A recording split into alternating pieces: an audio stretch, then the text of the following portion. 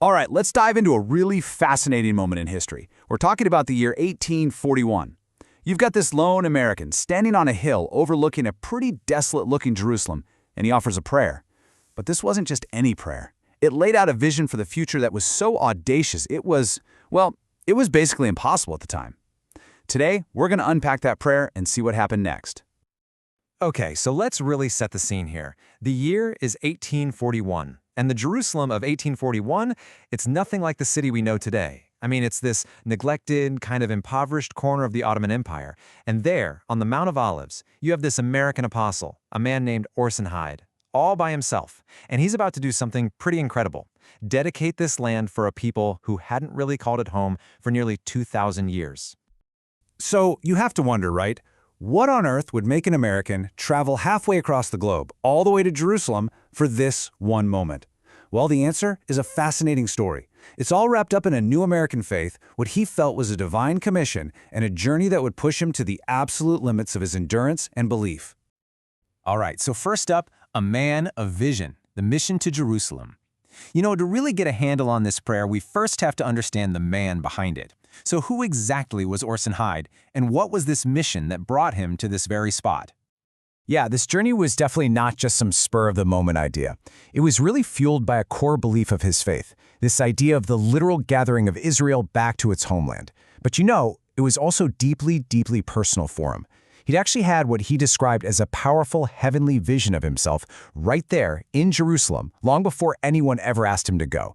And honestly, it was that vision that pulled him through what turned out to be a grueling solo mission, filled with poverty, sickness, and all kinds of political chaos. So, here's the game plan for today. We're going to look at the man and his vision. Then we'll break down the 1841 dedication itself.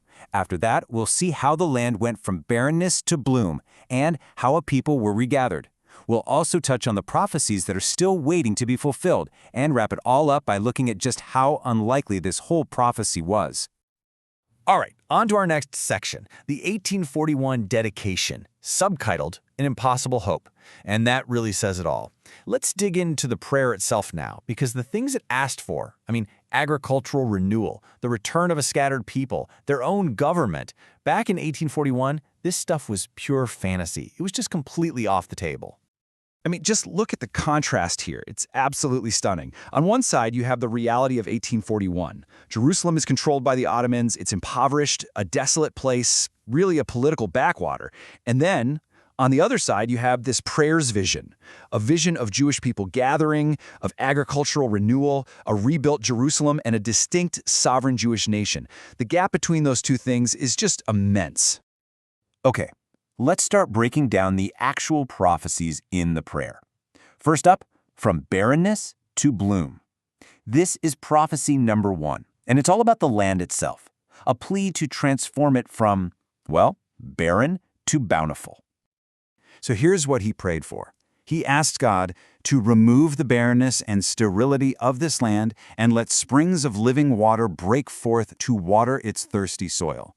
Think about that. He wasn't just praying for a good harvest next year. He was asking for a complete overhaul of the ecosystem. At a time when pretty much every traveler described the land as barren, sterile, even disease-ridden, he was asking for its very nature to be changed. So, the big question is, did it happen? Well, the verdict is in, strikingly fulfilled. The transformation has been nothing short of astonishing. We're talking massive reforestation projects, draining swamps, developing pioneering irrigation and water technology. The land has just blossomed. Today, Israel is a global leader in agricultural tech. So yeah, for this first petition, it's safe to say it's been tangibly and pretty remarkably fulfilled. All right, next up, a people regathered. This covers prophecies 2, 3, 5, and 6, all about nationhood. So the prayer starts with the land, but then it pivots to the people. And it doesn't just ask for them to come back. It lays out this incredible, comprehensive 4-part vision for the complete restoration of a nation. So let's look at what he prayed for. First, the gathering of Judah's scattered remnants. That's prophecy number 2. Then the rebuilding of Jerusalem. That's number 3.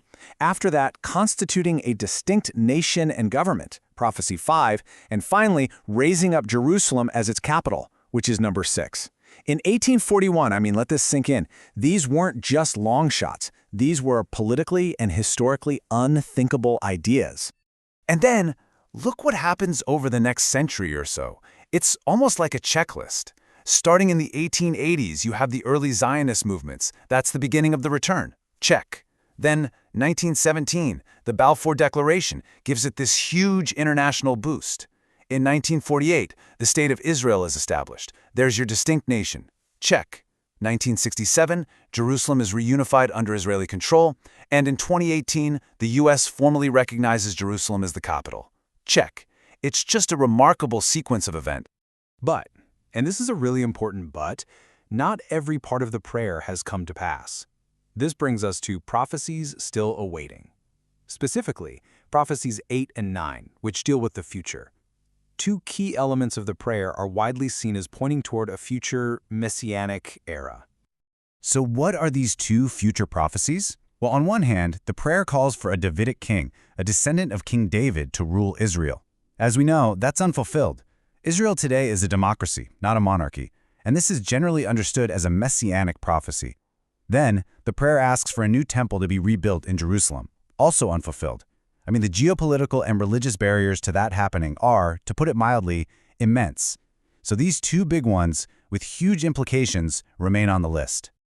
Okay, last section. An unlikely prophecy. Let's put this all into context. Because when you step back and look at the big picture, you realize that the timing of this prayer might just be the most fascinating part of the entire story. And here's the thing you absolutely have to remember. Hyde's prayer wasn't a reaction to things that were already happening. This wasn't him just commenting on the politics of the day. It came before all of it. It predated the rise of modern Zionism by decades. It came before the Balfour Declaration. It came before the founding of the State of Israel. It wasn't a reflection of history. In a way, it was a preview. So, what does it all mean? Was it just an incredible coincidence? Was it some kind of catalyst that helped set things in motion? Or was it, as Orson Hyde believed, part of a covenant? The 1841 prayer really does remain one of history's most fascinating prophetic footnotes. We've laid out the prayer and the history for you. What you make of it, well, that's up to you.